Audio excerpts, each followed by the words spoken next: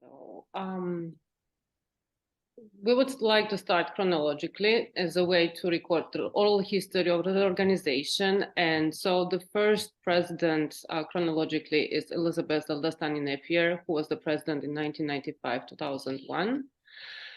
So Elizabeth is a trustee of the Zaldastani-Shuli American Academy in Tbilisi, a board member of American Friends of Georgia and the Levan Mikaladze Foundation.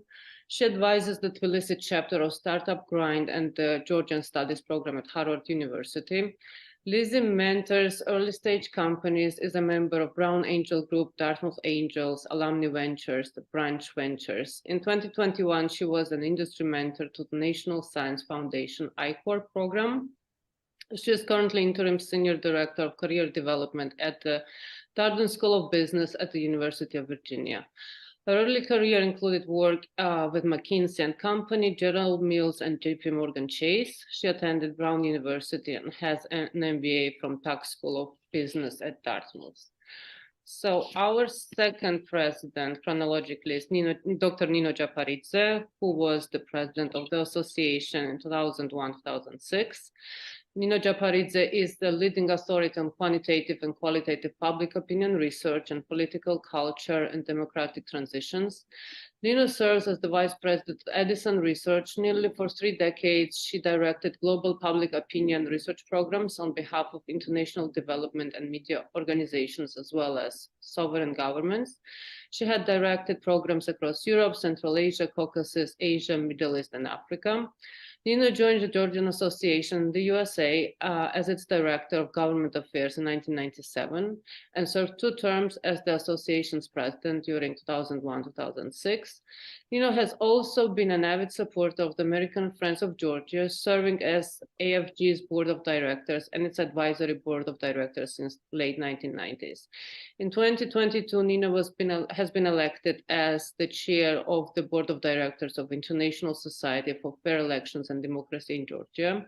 She is member of Impact 100 DC, all volunteer women's philanthropic community dedicated to improving lives in the greater Washington DC area by collectively funding transformational grants to local nonprofit organizations.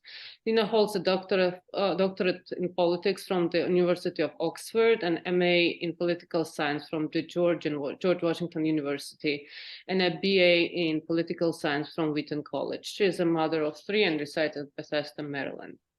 Then we have Dr. Mamuka Tsereteli, who was the president of GA in 2006-2016 for 10 years. He's a senior fellow at Central Asia Caucasus Institute at American Foreign Policy Council.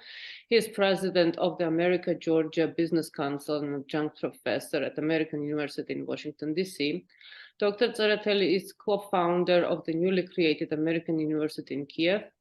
He has more than 3 decades of experience in academia, diplomacy, and business development, focusing on security and economic business energy developments in the Black Sea Caspian region. Previously, he served as a research director for the Central Asia Caucasus Institute and professor at Johns Hopkins SAIS. Dr. Tsereteli directed the Center for Black Sea Caspian Studies and was an assistant professor at School of International Service at American University. He taught classes on energy security for Europe and Eurasia, international economic policy, energy markets for Middle East and Central Asia, geopolitics of the frontier states, etc. Then we have Eliso Kvitashvili, who was the president of Georgian Association 2016-2020. Eliso, daughter of the late Nicholas Merab Kvitashvili, is a retired career senior foreign officer who was USAID mission director for Russia and Sri Lanka and the Maldives. With over 36 areas of service, she served in the global hotspots, including Afghanistan, where she led humanitarian assessments for the USG during the Taliban era and later USAID reconstruction program. And Peshawar, Pakistan, where she designed a cross-border humanitarian assistance program for Afghanistan. She twice served in Russia, including 1990 to 1995, during which time she helped establish the USAID presence in a newly independent Georgia and Azerbaijan. Earlier, she led USG efforts to respond to the tragic earthquake in Spitak, Armenia. She also spent a significant field time throughout the North and South Caucasus, including Chechnya, Iraq, Nepal, Bosnia, Rwanda, Burundi, the Democratic Republic of Congo, Ethiopia, and Eritrea, working primarily on humanitarian conflict-related programs. She has been recalled into service by USAID to assist their humanitarian programming and mentor a new generation of foreign service officers. She was an adjunct professor at Johns Hopkins University, SIS, for over 15 years, an adjunct professor at Georgetown University, teaching graduate level courses in the Masters of Conflict Resolution program. She holds a master's degree in Near East Studies from the University of London School of Oriental and African Studies and a diploma in International Relations from Paris University School of Political Science. Fluent in 4 languages, she is married and with 2 adult children. Then we have Veronika Metonidze, who is our current president of Georgian Association since 2020. She's an active member of Georgian community. Veronika is a practicing U.S. attorney and international consultant with over 20 years of experience in international law and international development, and 15 years in U.S. immigration and family law practice. Veronika moved to the United States in 2005, where she built and maintained a successful legal practice for the last 15 years. She is licensed in Virginia in the District of Columbia.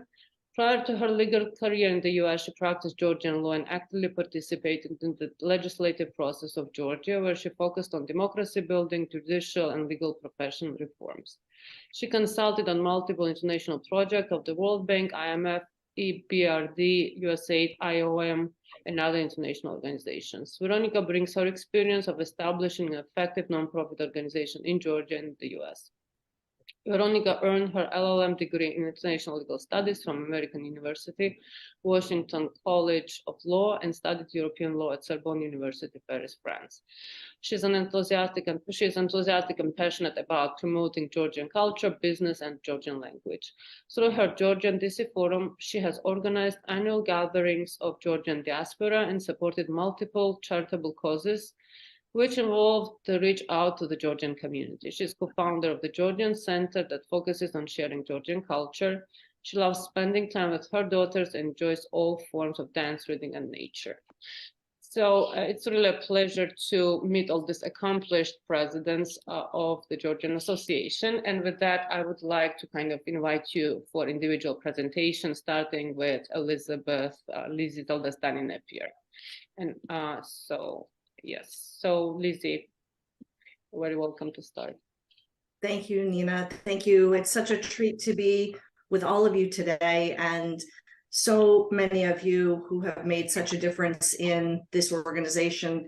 You know, I have worked with many of you since the very beginning of my presidency, and we would not be where we are today if it were not for so many of you. So I will get into that a little bit more, but let me start by a little bit of my history. I think some of you know my grandfather was Solomon Zaldastani-Shvili. He was one of the leaders of the insurrection in 1924, which was unsuccessful. The family had to escape from Georgia, and they went to France, where my father grew up with the Georgian government in exile. My father came to the US to get his PhD at Harvard, and my uncle Givi followed a few years afterwards, where he got his MBA from Harvard. They went on to lead the Georgian Association at different points. My dad in the 60s, my uncle in the 70s, and then again in the early 90s. And I became the president in 1995.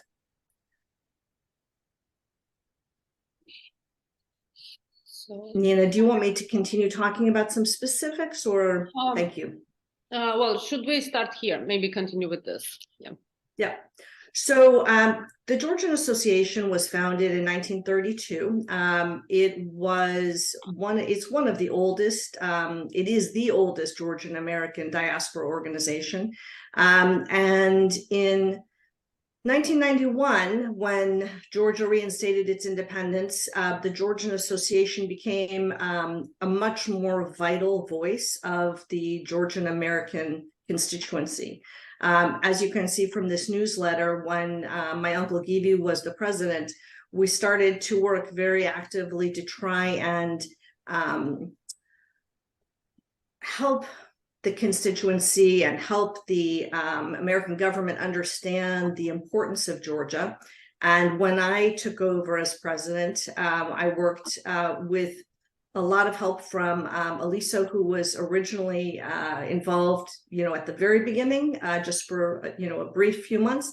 And then, most critically, Nino Japaridze, who came on as my director of government affairs. Together, we did some extraordinary things, and it was in partnership with Mamuka, who was at the embassy at the time. I won't go into all the details. I think in the Q&A, we'll probably talk a little bit more about that. But we really raised the profile of Georgia in the United States government, including my being invited to the White House for the NATO 50th anniversary. That was really, I think, a result of our involvement in the Central and Eastern European Coalition, which again, thanks to Mamuka and the embassy, the Georgian Association was really able to elevate its status and be considered a really leading voice of the Georgian American community. So that was a pretty extraordinary testament to the importance of the Georgian Association, because I, as the leader of the Georgian Association at the time, was representing the diaspora, and I was there with 44 heads of state from, across the world. It was really quite extraordinary. So one of the other things I want to touch on is the board that I helped to develop. So I brought in a board of advisors, and you can see some of them in some of these photos. So two really valuable, important ones who continue to be involved are Ambassador Bill Courtney and Ambassador Ken Yalowitz. They were really wonderful partners in everything that we did. And General John Shalikashvili and his brother, the chairman of Joint Chiefs of Staff at the time, he was not on the board, but his brother was on the advisory board. And one of the things I think I'm probably most proud of is the founding of the American Academy in Tbilisi, which we were able to accomplish, which the Georgian Association in the US oversaw a $2 million grant, which helped to train the teachers at Harvard and Simmons to get their masters. And they went back and they were the founding teachers of the school, which is modeled after Exeter Academy, and it uses a very unique Hartnett's table, which is, the Socratic method of learning. So this is the first class in our first building. And then if you switch to the next slide, you can see we just celebrated the 20th anniversary of the school. The school has gone on to be one of the best, and I hope some of you may have seen and can talk about this more. School in Georgia, it sends students to Harvard, Yale, Princeton, Wellesley, West Point, Naval Academy, the best schools in the US and in Europe as well. So it's wonderful to be a part of that school. I'm on the board of trustees. You can see me here with the current ambassador who gave the keynote speech at the 20th anniversary. So I think those are sort of the biggest highlights. I don't know if there's one more slide or not. No, I think that's... Okay, great. Let's go to Nino. Thank you so much, Lisa.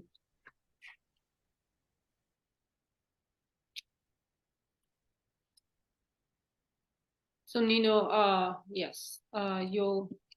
Yes, I have unmuted myself, and I was saying that I've stepped in, and Lizzie recruited me along with my late husband, Joe Carroll Henning. So anything that can be considered my contribution to the work of the Georgian Association, I did together with Job and Mamuka and wonderful staff at the Embassy of Georgia, including Levan Nikaladze and Tedo Japaridze as the ambassador at the time.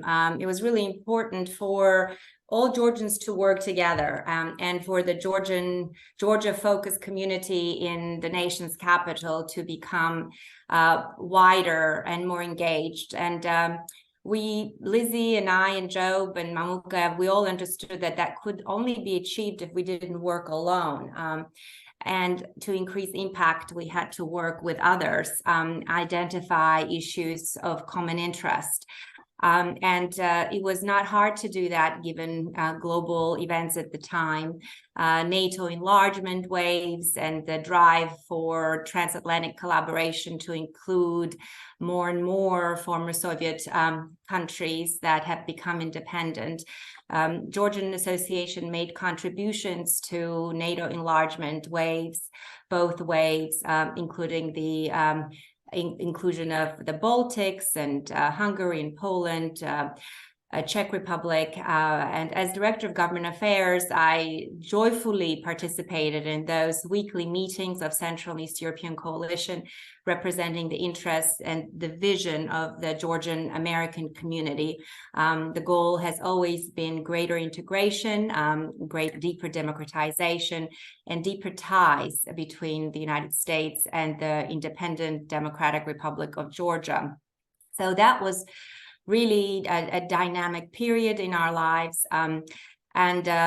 Our contribution went beyond just meetings and conversations at the table, surrounded by directors of government affairs of 17 other ethnic American communities with roots across Europe.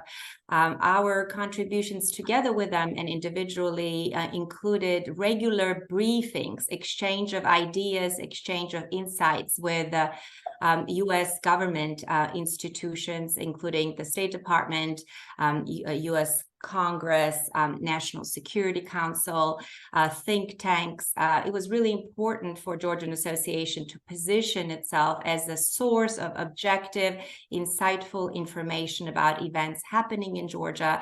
And it was important for us to be aware of U.S. policymakers' focus and priorities. We were a clearinghouse. We were a resource that people could turn to. And we were also a resource for Georgian community increasing in its numbers because of what was happening, right? Travel was easier, more and more people, whether it's students or academics or new emigres coming to the US. The Georgian Association, being the oldest diaspora organization, played a role in opening up this existing network, whether it was to answer a question or whether it was to support their educational pursuits. And I was, as I said, doing this not alone, but with a terrific board as Director of Government Affairs and then as President of the Georgian Association. And here's just one example where I reach out to Ambassador Taylor, and as you could see, the list of guests along with Georgian Association included America-Georgia Business Council leadership, Mamuka, and this letter very clearly indicates what was the purpose of the meeting. And this was a regular event that you're seeing through this communication on this slide. And Lizzie already mentioned how we pushed for an implementation of Givi Zaldastani's dream. He always believed that fostering quality education in Georgia was essential for Georgia's democratization and westernization. And it was his vision, which became a reality because of the work of many of us. At this picture, you're not seeing an event on behalf of American Academy in Tbilisi, but we've had many meetings on the Hill informing U.S. Elected officials of the need to allocate funding for the American Academy. And this vision became a reality because Georgian Association administered a $2 million grant It was a huge responsibility for an accountability, which I think, did really well. And I had a pleasure of being the president at the time, signing every paycheck of every teacher that was being prepared in the US for their teaching career at the academy. And when President Bush and First Lady of the USA visited Georgia, and Laura Bush came to the academy, I had a blessing of being present at the time. And that probably was my last in-person meeting with Givi Zaldastani. And he, of course, was beaming. He was so happy. And it was especially meaningful because his son was also present at the time. At this photo, you see on the right side, Lizzie and I are featured with First Lady Hillary Rodham Clinton's chief of staff. And the purpose of the meeting was to inform the First Lady's office of Georgian Association's work in deepening ties with the U.S. And we were really hopeful that Hillary Clinton would fall in love with our music, with our culture, with our people. We gave her a gift. It was a CD of Georgian music. And the hope was that we would encourage First Lady of the U.S. to visit Georgia. This is just an example of the kinds of meetings that we felt was important to galvanize interest and focus on Georgia. And here is this wonderful photo that I believe was taken at the CSIS building. This was a conference that Elisa Kvitashvili, at least during her leadership, this was a wonderful conference, which I'm sure she'll talk about. And it brought all living presidents of the Georgian Association, and wonderful Reggie Jordania, may his memory be eternal. He was such a supporter of Georgia and a true patriot. It was really special to have him present. In my slide earlier on, talked about achievements of the association, and we were bold. We felt that nothing we did was ever enough. We were bold in reaching out to the Georgian community in the US that to achieve trust in the association is not easy. People don't know what the mission is, why people should get involved, how they could contribute. And we tried to inform and unite, and we did this through events, including, for example, we hosted President Saakashvili during his first official visit. We organized his appearance at George Washington University, and the hall was full of students, guests, Georgians, Americans focused on Georgia. And it was really wonderful to hear Misha's vision of what Georgia was accomplishing at the time, and how important a strategic partnership between US and Georgia was and is. We did a lot of cultural events. I was really blessed to be a moderator of Association's 70th anniversary, which happened in New York at New York Botanical Gardens. And again, that event showed how diverse our community is and how robust it is, and how connected we can be, and what could be achieved through this unity.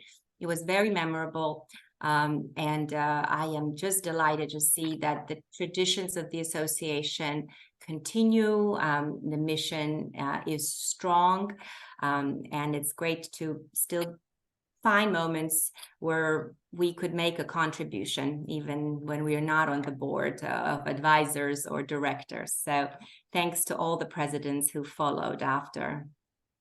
Thank you, Nigo. So Mamuka, it's your presentation now. Yes, thank you. First of all, thanks for organizing this, to Georgian Association, to Veronica, to Nina, to you. I think it's a great idea to have this type of meeting, and particularly conversation with those people who are interested in the work of association. Mostly, obviously, people who live in the United States are interested in maybe contributing to some common goods for the interests of Georgia. So this is a good way to educate what this organization does. Actually, I'd like to also thank to all my colleagues, former president, current president. I know from my personal experience that this is at the expense of your time and your family time and your other kind of obligations. So it's important that people have enthusiasm and desire to do work like this. So I picked up on very good work of my predecessors, different generations, but obviously most importantly from Lizzie's and Nino's work. I think great legacy of this work was not only the some of the projects that were successfully conducted, like School Academy in Georgia, or other activities and process of constant process of education of members of Congress and administration and so forth, but also this engagement with other diaspora groups. I think that was very important. You know, we are much stronger if we are together with other countries and other organizations. Voice will be much stronger and much better heard. So I would like to stress that important. This my time in as a president of association obviously was marked with the war in 2008, and while there were other activities and events, obviously there was one important kind of challenge to organization like ours. You know, how to respond to such a aggression. And while we knew bad things that our northern neighbor Russia did to Georgia in the past, and we saw what happened in early 90s, we thought by mid 2000 we would not experience same kind of. So anyway, so this is this photo is from one of the meetings in front of White House. You know, there was, in my opinion, at least at that time, some delay in responding to aggression towards Georgia from Russia, and we wanted to somehow send a signal to White House. So there were several hundred people who came from different parts of the United States, and so that was like somewhat spontaneous, but at the same time, obviously, the expression of genuine feelings of people who were unhappy with what was happening to historic and to some current homeland. So this is, and then I would like to talk. I'll come back to war issue very briefly, but this is from the Nino mentioned 70th birthday of association. I believe this is from the 75th anniversary of Georgian Association. We had event. Eliso was there at the Harriman Center at Columbia University, and Recep obviously was there. And we had the Georgian dancers, young dancers. It was very nice. Stephen was there, and so it was good way of celebrating. Maybe not as grand as some other previous or after celebrations of anniversaries, but it was good way of kind of reminding our community about this organization. And next, please. I think personally, to me, it was a very memorable event, and I think for Eliso, you were there as well, I think, and everybody else. This is when we had probably the largest crowd on Capitol Hill to Georgia-related event. Probably around 400 people were at the reception honoring Senator McCain in 2009 for his support during the war and after the war in organizing assistance programs for Georgia and so forth. So I think it was an important day, and also, again, important day of showing unity. We all know that Georgians are not easy in terms of to bring them together in a common. There's no unity in terms of approach to the politics or opinions or tastes and so forth, and we all go to different directions. But at least in one thing, I think we agree that Georgia needs to be independent, sovereign, strong, prosperous state. And I think events like this sometimes bring people together. So, and this was a good event, and that's why this is memorable to me. And we had the opportunity to take a photo with President McCain, with Eliso, Nino, Marca Gabelia, who was at that time executive director, and obviously I was honored to be there as well with Senator McCain. And our next, I think, photo shows 2012. Now we are talking about 80th anniversary of association. It was at St. Regis in Washington, D.C., when we honored Senator Lugar this time, again, for his support. And I think one of my favorite politicians, Senator Lugar, great senator with organizing bipartisan support to Georgia for many, at least 2 decades. And so I think, again, showing the unity, and this is a photo that shows most of the members of the board, and Nini, who was our executive director at that time, on the left, together with Senator Lugar. I think celebration of annual events is, annual awards was one of my kind of way to keep organization mobilized and focused, and we try to give annual awards to. And by the way, this started with Nino, as I recall, giving annual like a thank you. Every year we did it. Yes. Oh, I attended one when you gave award of recognition from Georgian Association to Chuck Hagel. Yes, Hagel. Yes. So we started to kind of we tried to do it every year, and we did with the Congresswoman Schwartz and with Senator Murphy and several others, and so it was great opportunity. We also gave one to Senator McConnell. Right, in 90s. So that was and I think this is a good way of keeping community together. This is when Senator Lugar talked to some of the wounded warriors from Afghanistan, and this was also photos from that same event when we gave award to Senator Lugar. And I think this photo reflects so many flags, and because, again, all these people, all these communities from different diaspora organizations came in front of White House in 2008 to show support to Georgian Association, Georgian community, but most importantly, Georgia in a very, very difficult times of Russian invasion and aggression. And I think, again, it's a symbolic. It shows how important it is. Like, we demonstrate support to Ukraine today when Ukrainian people need support, and unity is very important, both inside of Georgia and outside of Georgia, in Georgian community, but also with other organizations that have similar history as we do. So I'll stop here. Thank you. Thank you so much, Marco. Eliso.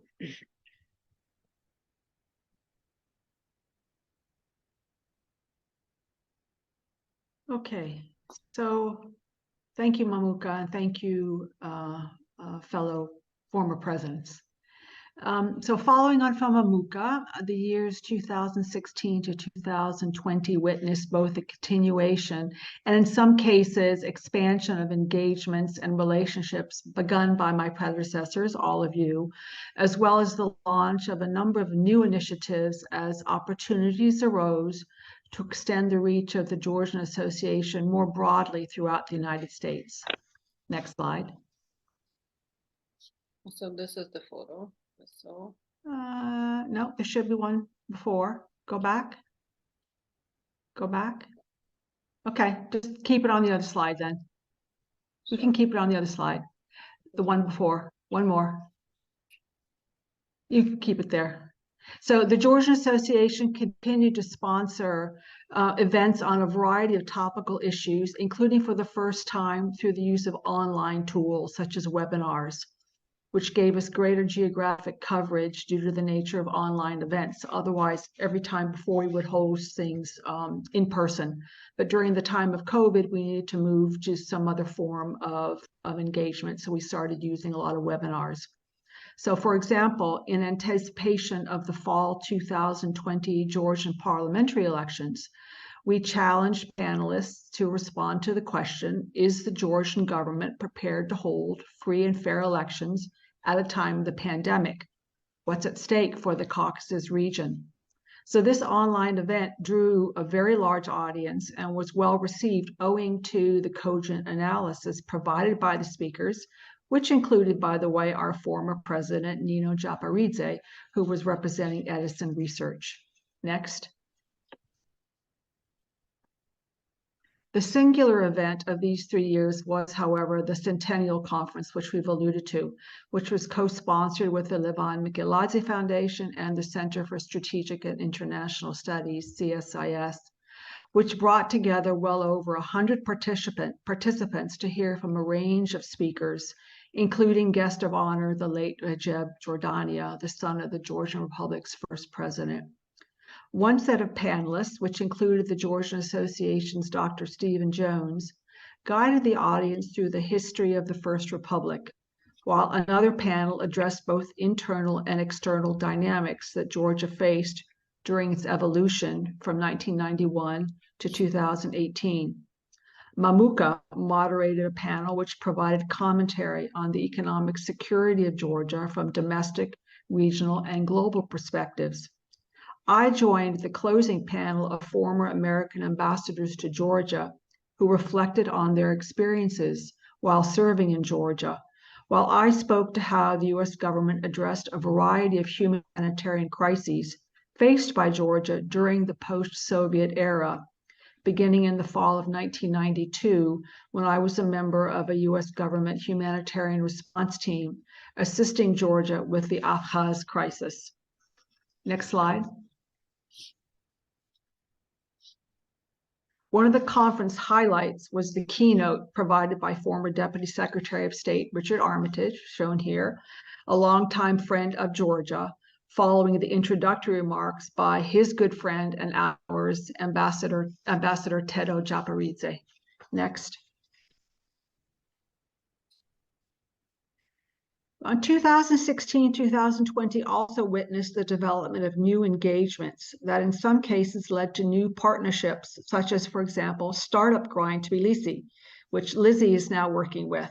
And Startup Grind Tbilisi is dedicated to growing and fostering the startup community in Georgia.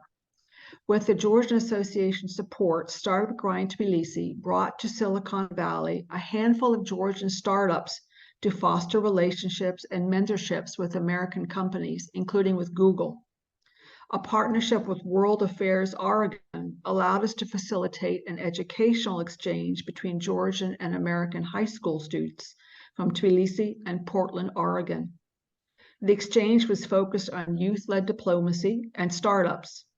And owing to my relocation to the San Francisco Bay Area, the association began outreach to the growing Georgian community in California, leading to sponsorship of a number of events at a local Georgian wine bar in San Francisco and a Georgian-owned interior design company that brought together Georgians from throughout the San Francisco Bay Area. We also co-sponsored an event celebrating the opening of the new Georgian consulate in San Francisco. We identified a new Georgian American school for financial support in the San Francisco Bay Area, the School of Georgian Heritage, which is the second Georgian American academic institution that receives support from us. Repeated visits with members of Congress and their staff, as well as increased engagement with the State Department, heightened attention to the ongoing Russian occupation and creeping annexation of Georgian territory and detention of Georgian citizens, leading eventually to the passage of the Georgia Support Act. Next slide. In order to highlight the individual accomplishments of many Georgian Americans, our website now began hosting short biographical sketches, and we added stories reflecting the history, art, and culture of Georgia. And lastly, in order to bring up to date documentation required for the Georgian Association as a 501(c), as well as reflect the changed nature of the association since its founding 90 years ago, we updated our bylaws and constitution, set term limits for officers, and ensured our finances were in order, thereby placing the organization on a stronger administrative footing as we continue to grow the organization. Thank you. I think it's Veronica's turn. Veronica, so this is your Right. Thank you, everyone. And thanks again for just being here and offering your insights. This was a great idea that we developed with Nina to put everyone together as part of our oral history project that everybody can access later on and learn how the association developed. So as Elisa started saying that Elisa's presidency overlapped in 2020, which was the beginning of the COVID pandemic, the largest pandemic so far. And since 2020, my term as presidency was marked with two major events. It was COVID and was the war in Ukraine. And so during the very beginning, we were trying to figure out how we're going to continue working. It took some time to find appropriate tools and means and like adjust and adapt to the realities. So we came up with this virtual cultural programs, and we actually were first we started with the virtual discussion on the first Republic of Georgia, led by our member of the board, Stephen Jones. And it was a very interesting tool how everybody came together to discuss his book and his research on First Republic. And it turned out to be a very successful event. So we held another one in the same direction of bringing culture to more people who are interested in this, to learn about Georgia and Georgian history, art, and so forth. So we kind of decided to take the best of the pandemic, so to speak, and when do more things that we would otherwise wouldn't be able to, since everything turned virtual. We reached out to more people, and it was a very interesting development there. During this last couple of years, we developed two series, two virtual programs, cultural programs. One was book club, and the other one was the art series that was actually led by our Nina Mdivania, who is the host of this discussion today. And we also hosted Lynn Coffin, who is a very famous translator of Georgian poetry, and she led the discussion on Nicholas Baratashvili and Galaktion Dabidze. So it turned out really great. Can I see the next slide?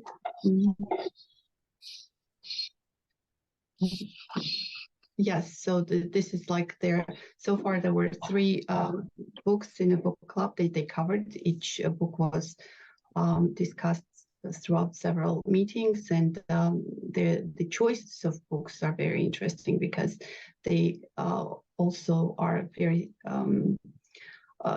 telling of Georgian history, Georgian culture. We start with the contemporary book by The Eighth Life, which is a family saga told about the 20th century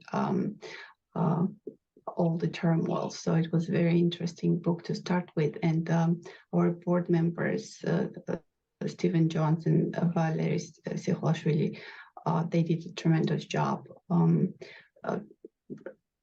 picking the books, leading the discussions, inviting moderators when needed. So it was a very successful project that continues today. So far, we had 2 other books covered, and it was Georgian and Samuseli Pirveli. So we hope to continue next year with these events, because again, like with the virtual events, we are able to reach out to those people who we were not otherwise able to reach. And it also speaks, we're trying to reach out to the new generation of Georgian Americans, those who were born here, those who don't necessarily speak the language, but they still want to remain culturally immersed, and they are interested in their heritage. So that's a very important project that we need to continue. Virtual Georgian art series, so far we had the entire 2021, we had 12 sessions. They're recorded and you can access them on our website, of Georgian female artists, wonderful presentations done by Nina, a tremendous work done. Like if you are really truly interested in Georgian art, you definitely need to go and check out those presentations, because there's a lot of factual materials about lives and their artwork, the processes, so forth. So wonderful things, and thanks again, Nina, for doing that. As Elisos and others mentioned, we did continue to support our education projects through the Stanley Garska and Martha Oshivaya Family Scholarship. I wanted to highlight these names because very often they are kind of like lost in translation, but this is a family who actually donated money for this education scholarship to continue to support this effort. And we are very proud that we're still working with the scholarship. We're working with the trust fund and able to support Georgian schools in DC and the one in San Francisco that Eliso mentioned. Next. So interestingly enough, while being in the COVID confinement, we started to notice, and we were working a lot with the CEC in the virtual. We switched to virtual sessions with them too, and we started to notice this increasing Russian aggression throughout our region, and we started to address this. The war was, nobody knew that the war was imminent, but we noticed and felt this increased movements on the Russian side to choke the democratic processes, to increase Russian aggression to its neighbors. So we did hold a couple of webinars, very successful ones, with the CC. One was on the resilience of Russian developing resilience to Russian interference and stopping Kremlin's aggression. And the other one was the congressional briefing on the Belarus transition from dictatorship to democracy. At the time, we were still hopeful that things move in a more positive direction. Unfortunately, events didn't develop as such as of today, but hopefully things will change after Ukraine war hopefully ends well. So with the Ukraine victory. And to February 2022, we all woke up with this glaring problem in our yard. It was a war in Ukraine, and this was a shock, even though those who were working with the CC, we knew that things were coming, but still there was a lot of hope that the worst can be avoided.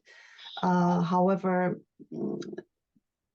the first months, the first several weeks after the war, we were really scrambling to figure out what to do next. And we were inundated with the calls from mostly Poland, Ukraine, and surrounding countries. They were accepting refugees from the war zone. Because some of them were Georgian Ukrainian families, and they were looking for supports around the world, including Georgian Association. Some reached out to us, and we tried to find whatever help we could to help individual families like that. And obviously, we tried to double up on our efforts on advocacy through joining another coalition, American Coalition for Ukraine, doubling up our efforts through the CC. And I can't even tell you how many countless hours I've spent working on those efforts, because this was just not, it wasn't just Georgian problem. It was everybody was coming together to support Ukraine, and we wanted to be very clear that Georgia is standing on the right side of the history, despite certain confusions that were initially. It was unclear where Georgia was standing. Our mission as Georgian Association and Georgian community in the US was crucial to show support, very clear support of Ukraine from Georgian community and Georgia as a whole. We continued with our work with the CEC to explore Georgia's new security options in the new reality, particularly the Black Sea regional security and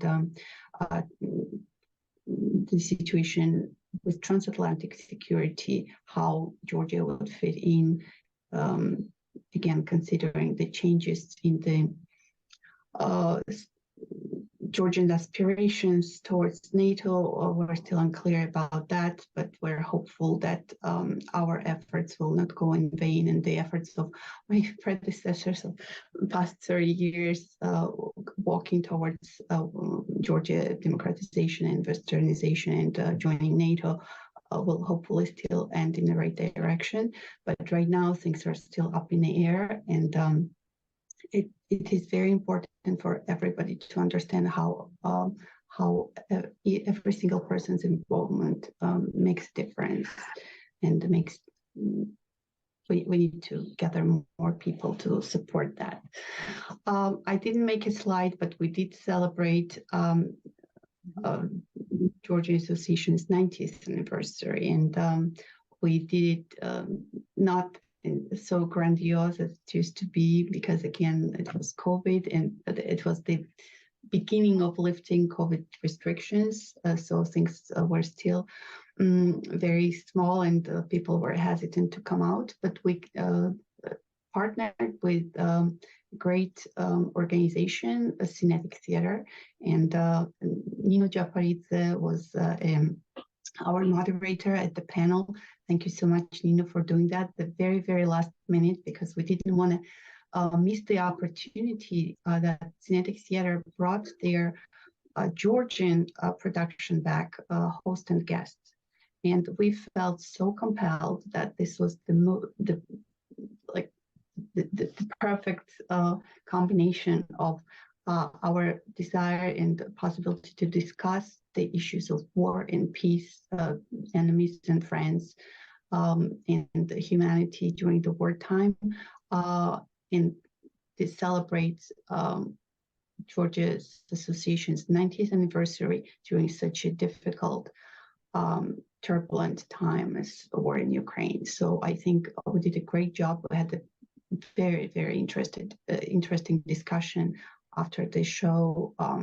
People were really moved and sharing their feelings about how they feel about Russians, how they felt about Ukrainians, and how to feel about the adversity during the wartime and how to remain humans during the wartime. So it was very, very moving. So I wanted to actually go back to Lizzie, since her family has been so intimately involved with the history of the organization. Can she talk to us a little bit about the founding members of the Georgian Association, because she knows the history so well? So please.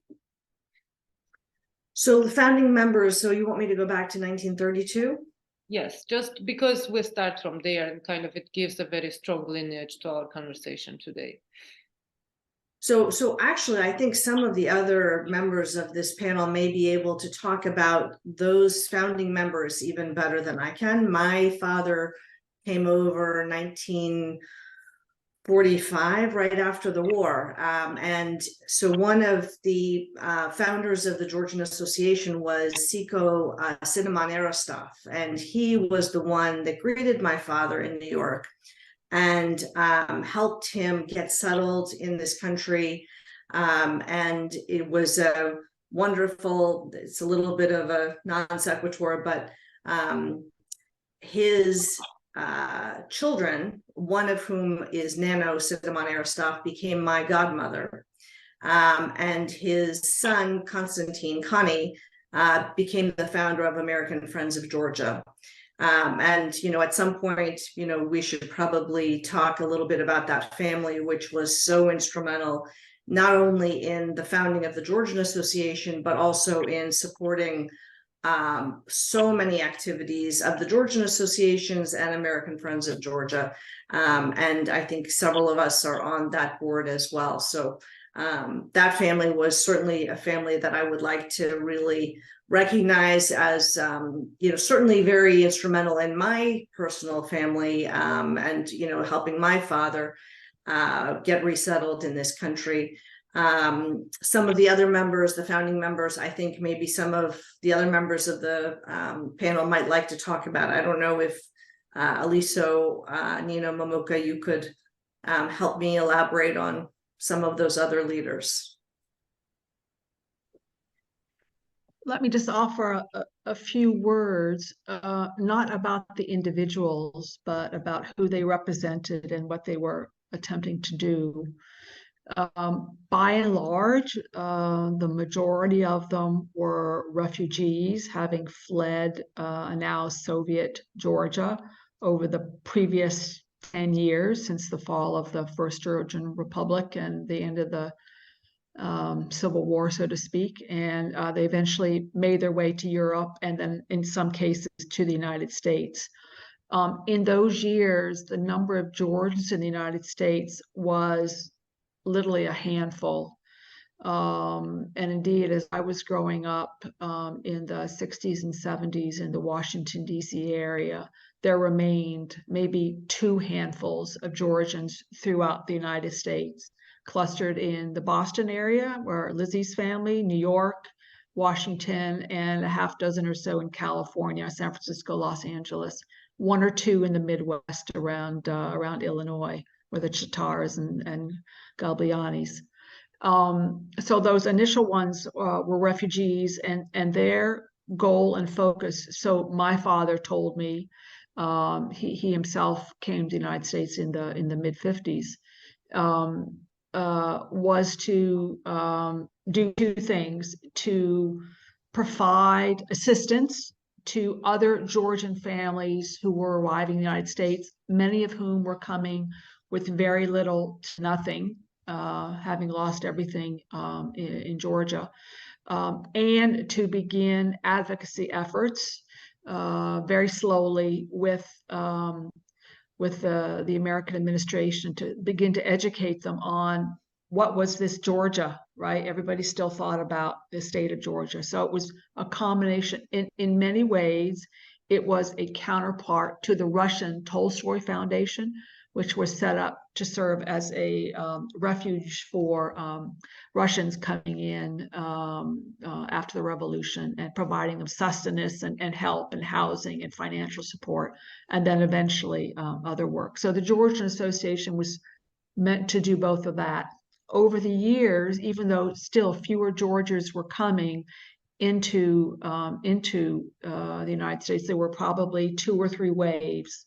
The first wave was after the Civil War, so into the 30s. Then after World War II, into the 50s, there was another wave.